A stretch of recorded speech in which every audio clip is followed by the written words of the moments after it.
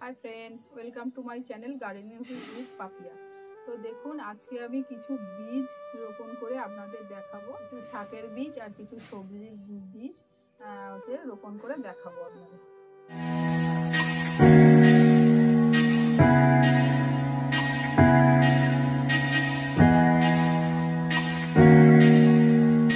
এটা হলো লাল শাকের বীজ। এই যে এগুলো অনলাইন আপনারা কিনতে পারবেন বা যে কোনো সারের দোকান থেকেও কিন্তু কিনে নিতে পারবেন, বা এগুলো হচ্ছে যে এখানে গাছ পাওয়া যায় নার্সারিতে সেখান থেকেও কিনতে পারবেন, বা রাস্তার ধারে অনেক ছোটোখাটো জায়গায় গাছ পাওয়া যায় সেখান থেকেও কিন্তু তাদের কাছেও কিন্তু এই দানা পাওয়া যায়, নার্সারিতে পাওয়া যায়, প্লাস সারের দোকানেও কিন্তু পাওয়া যায়। আর তাছাড়া এগুলো কিন্তু অনলাইন কিনতে পাওয়া যায়।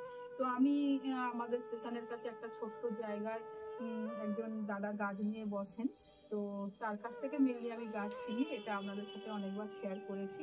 তো সেখান থেকে আমি এই দানাটা নিয়ে এসেছি। এটা হলো একটা লাল নোটের দানা। তো দেখুন এই যে গামলাগুলো, এই গামলাগুলো আমি শীতকালে পিটুনিয়া গাছ বসিয়েছিলাম।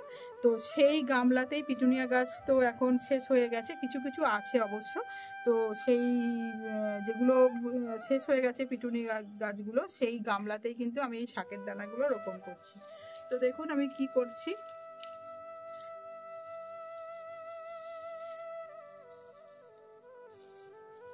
এই যে লাল শাকের বীজ, এইটুকু এই গামলার জন্য এনাফ। তো এইভাবে আমি লাল শাকের বীজটা এর মধ্যে দিয়ে দিলাম। আর এই যে আমি খানিকটা মাটি নিয়ে নিয়েছি, এই মাটিটা আমি উপর থেকে এইরকম ভাবে দিয়ে দিচ্ছি।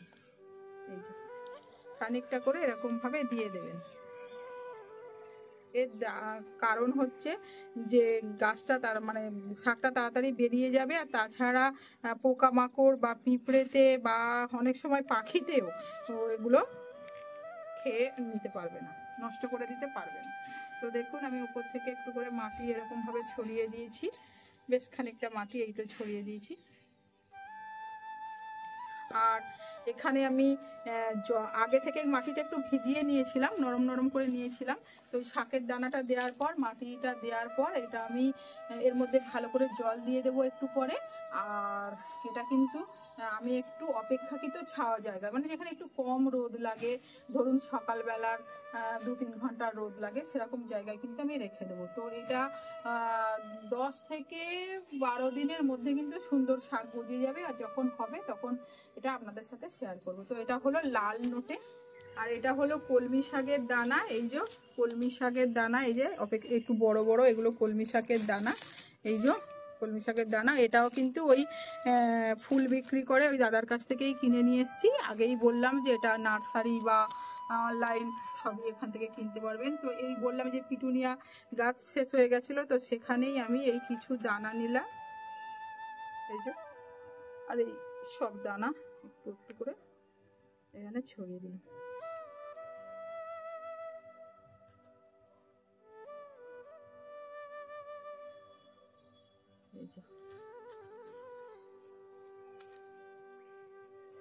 এবারও তাই একই মাটিটা উপর থেকে দিয়ে দেওয়া খুবই দরকার, নয়তো কিন্তু পাখিতে বা পোকামাকড়ে কিন্তু দানাটা নষ্ট করে দেবে। আর এরকমভাবে থাকলে বীজ থেকে মানে শাকটা বেরোতে, মানে গাছ বেরোতে খুবই সুবিধা হয়। তাই জন্য এরকমভাবে কিন্তু অবশ্যই দিয়ে দেবেন।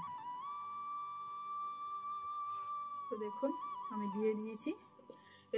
এটাও একটু ওই সকালের 2-3 ঘন্টা রোদ লাগে সেরকম জায়গায় রেখে দেবো, এবং জল তো অবশ্যই দিয়ে দেবো। তো এটা হয়ে গেল কলমি শাক। আর এটা হলো নোটে শাকের দানা।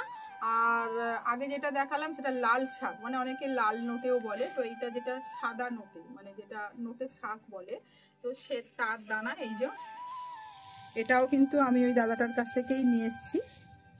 আপনারা কিন্তু এগুলো অনলাইনেও কিনতে পারবেন। তো দেখুন এই ঠিক এইটুকুনির জন্য এই এতটা নিয়ে নিলাম। তো এরকম ছড়িয়ে ছড়িয়ে চারিদিকে, এই যে ছড়িয়ে ছড়িয়ে চারদিকে দিয়ে দিলাম। আগের মতো উপর থেকে মাটি দিয়ে দিলাম।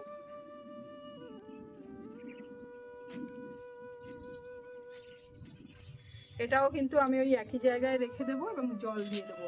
আর এগুলো থেকে 10-12 দিনের মধ্যে যখন শাক বেরিয়ে যাবো সেটাও কিন্তু আমি আপনাদের সাথে শেয়ার করবো। আর এই যে দুটো গামলা নিয়েছি ওতেও কিন্তু এই একটাতে কলমি শাকের দানা আর একটা লাল শাকের দানা দিয়ে দেবো। কারণ কি এইটুকু গামলার মধ্যে যখন একটা কিছু শাক বেরোবে, তো কলমি শাক তো কেটে কেটে খাওয়া যায়, কিন্তু লাল যে শাকটা বা নোটে শাকটা ওটা একবারে তুলে নেবো, সেই জন্য ছোটো ছোটো গামলায় ভাগ করে করে বসালাম। আর এগুলো পিটুনিয়া ছিল, আমার এই গামলাগুলো পড়েছিল, তো এর মধ্যে আমি দিলাম। এখানে নিয়ে এসেছি এই যে ঝিঙার বীজ, এই যে ঝিঙার বীজ,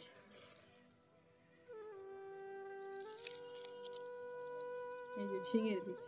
তো এই ঝিঙের বীজ কিন্তু আমি ওখান থেকেই নিয়েছি, ওই নার্সারির মানে ওই দাদাটার কাছ থেকে। তো এটা আপনারা নার্সারিতে পাবেন, প্লাস এটা আপনারা সারের দোকানেও পাবেন। তো দেখুন আমি এগুলো এরকমভাবে দিয়ে দিচ্ছি। এই যে এগুলো আর ছড়িয়ে দিচ্ছি না, যেগুলো ঝিঙার বীজ এগুলো একটুখানি এরকমভাবে বসিয়ে দিচ্ছি।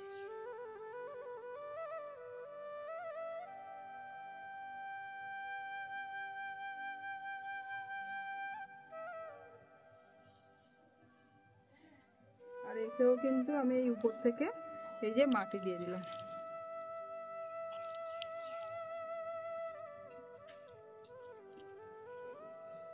এই বীজটা থেকে যখন চারা হবে তখন আবার বড় টবে দিতে হবে, এবং উপরে একটা মাচা মতন করে দিতে হয়, তাহলে এই গাছটা সুন্দরভাবে বড় হবে। তো এখন যতদিন এই গাছটা থেকে মানে বীজটা থেকে যতক্ষণ গাছ বেরোয় ততক্ষণ এই টবেতেই থাকে। এটা দেখুন লাউয়ের দানা, তো আমি ওইখান থেকেই কিনে নিয়ে এসেছি। এই যে লাউয়ের দানা, এই যে লাউয়ের দানাগুলো দিয়ে দিলাম কটা।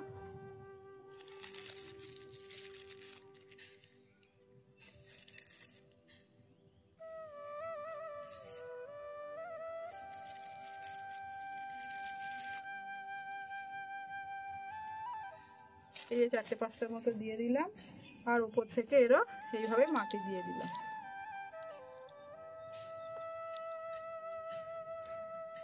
এই শাকের দানাগুলো তো এইভাবে থাকবে, কিন্তু এই যে লাউ বা ঝিঙের দানাগুলো দিলাম, এগুলো কিন্তু থেকে যখন গাছ বেরোবে তখন বড় টবে দিতে হবে, আর একটা উপর থেকে মাচা করে অবশ্যই দিতে হবে। তো এইভাবে থাকবে, আর এর মধ্যে আমি জল দিয়ে দেবো, আর হচ্ছে সকালে 2-3 ঘন্টা রোদ পায় এমন জায়গায় রেখে দেবো। তো দেখলেন আমি কিভাবে বীজ বপন করলাম। তো আমার এই ছোট্ট ভিডিওটা যদি আপনাদের ভালো লেগে থাকে, লাইক কমেন্ট শেয়ার করবেন, আর সাবস্ক্রাইব করে আমার পাশে থাকবেন। তো thank you for watching my video. Tata.